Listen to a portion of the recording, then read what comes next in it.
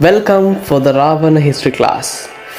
Today my focus is on the prehistoric period of Sri Lankan history. You know the archaeological history of Sri Lanka. In our archaeological history, we have a prehistoric period. The prehistoric period is currently divided into three main parts. The other period is the historical period. Today, my attention is directed towards the prehistoric period. Many special factors are found in the prehistoric period. About 127 parts were broken even when the pot was broken. This piece of pottery, when all the pieces of pottery are put together in order to make symmetrical pot symmetrically, you must use the tool called sakaporo. 3000 years ago, in this ancient time, our Sri Lankan people have used special tools called sakaporo to make clay pots.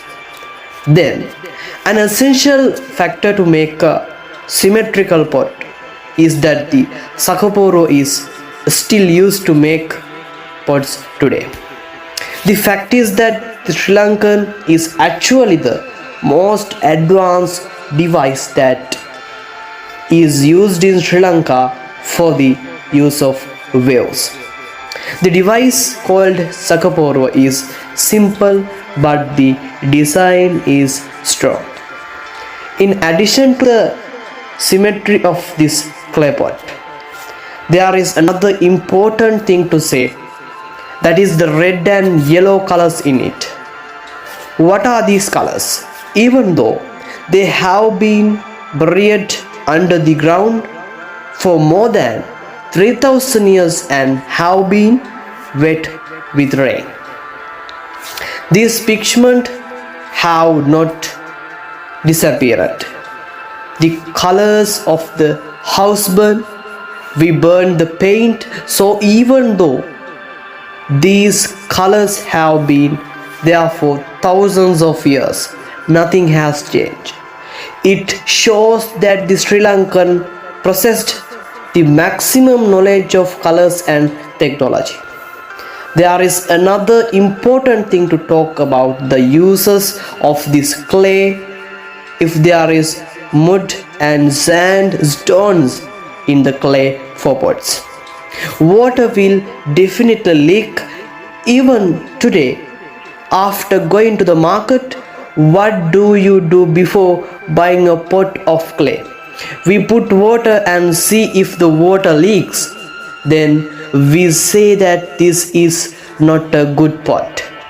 They put a part of this clay in water and tried putting a part of the clay in the water.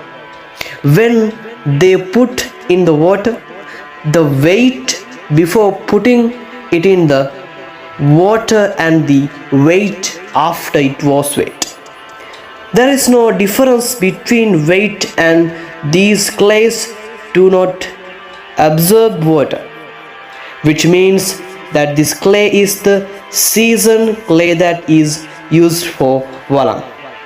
When we talk about the history of Sri Lanka, we must talk about the technology of the use of this pottery.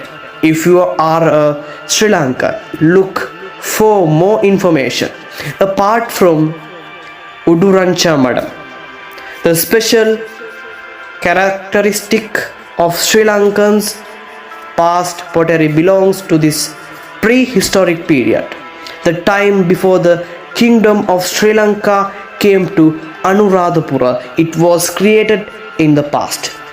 As a Sri Lankan who is listening to this, you really need to have love and affection for the country.